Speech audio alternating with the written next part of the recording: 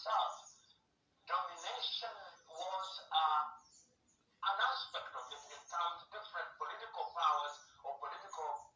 players wanting to dominate, with the consequence that Portugal was not at peace and was led by dictators. So that when everybody else was struggling to regain independence, Portugal was not interested in granting independence or surrendering to the struggle. And when one looks at the Portuguese colonies, they became the most violent, and most of the leaders of the struggle for independence in Portugal were then accused of being communist because they had turned to the Soviet Union. This is true of Amilcar Cabral in Guinea-Bissau and Cape Verde, and we know that the struggle against the Portuguese was so intense, with the consequence, as we know, that Guinea-Bissau was to be granted independence much later out of a struggle, which then forced the negotiations, leading ultimately to the death of Amilcar Cabral, who was assassinated in Guinea in Conakry. In Angola, the same was true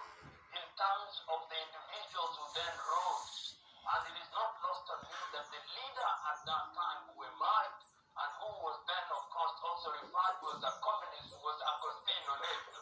And Neto emerged, he was educated in Portugal, became a poet, was a medical doctor himself, and he engaged in a struggle which is very well documented as the MPLA, and ultimately we know that the Americans also inducted Holden Roberto, who was based in Congo at that time, to in many ways neutralize Neto, who was seen as a communist. And of course, we also know that Jonas Malheiro Savimbi with UNITA was also introduced into the frame. But once again, we know that there was a veritable struggle, and it's instructive that the parties themselves were involved in a lot of struggles, which culminated in a meeting which was held in Kenya in 1975, which then led to the independence of Angola. Mozambique was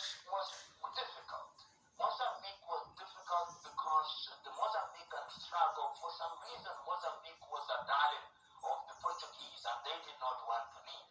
And by the time that they were leaving,